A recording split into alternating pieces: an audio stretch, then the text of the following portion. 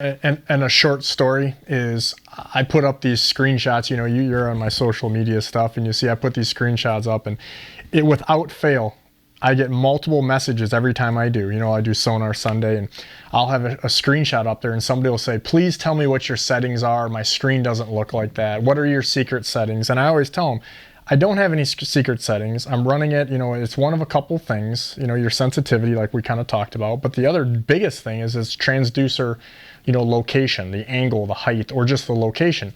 And I had recently had a guy who said, no, that's not it. He sent me back 3 or 4 messages. I've moved my transducer 3 or 4 times. And I'm like, you can move it 25 times if it's not in the right spot and it's not, putting that right signal out, whether it's 2D, side imaging, 360, or whatever it is.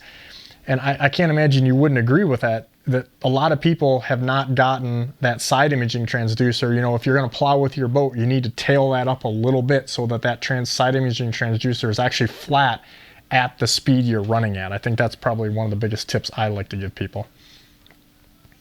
Yeah, and actually, I think the biggest mistake is the side to side. They have it tilted so that one beam is shooting more straight down, the other one's shooting more high, and they get a bright bottom on one side and a dark on the other, and they can't see out as far on one side. But you and I have put on a lot of transducers, so for us it's easy. We've already made all those mistakes. For somebody that just gets a boat and gets his first or second side imaging transducer, it's not easy getting it set up. I wish the guys would watch both of our stuff, because I remember when we did that walleye school down in Ohio, we had a guy who had his transducer upside down. I don't know if you remember that. And and he was like, this unit's junk. I need a new unit. What should I get?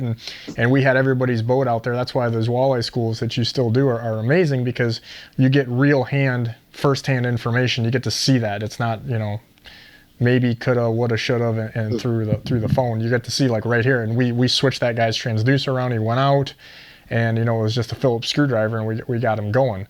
But people don't understand how micro adjustments to these, like you said, left to right, the angle, the height. If the water that's coming over it, the air bubbles that are created, whether it's from your motor, from a drain, from a strake, from whatever it may be on the boat itself, that's going to cause a dirty picture. And that's going to just compound your problem. And that's what your problem is, not the unit. Occasionally the transducer, if you hit a log or something, you might need a new one.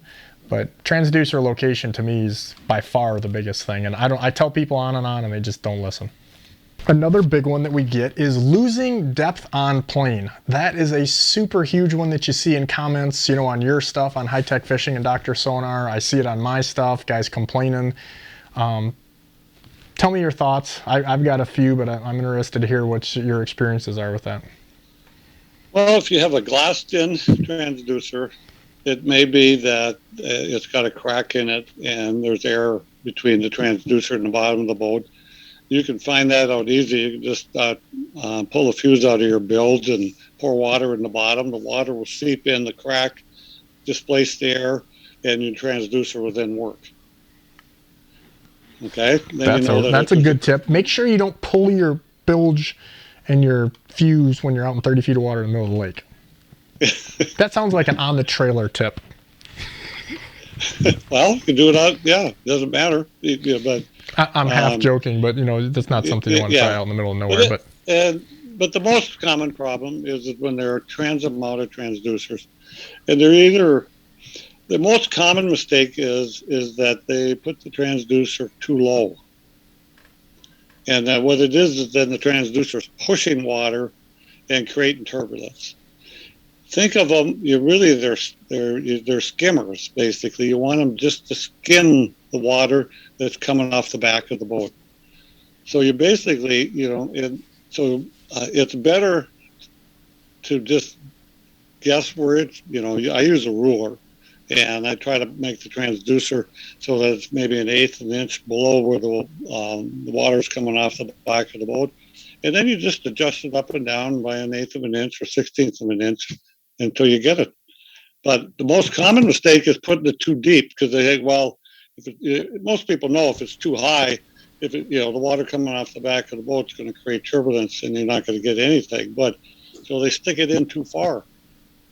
The other thing is that I used to have fun because I run a Crestliner. I'm not sponsored by Crestliner anymore. I just tell the guys with rivets, well, I can fix your problem. Just buy a glass boat or a Crestliner. They got smooth bottoms. They don't have rivets.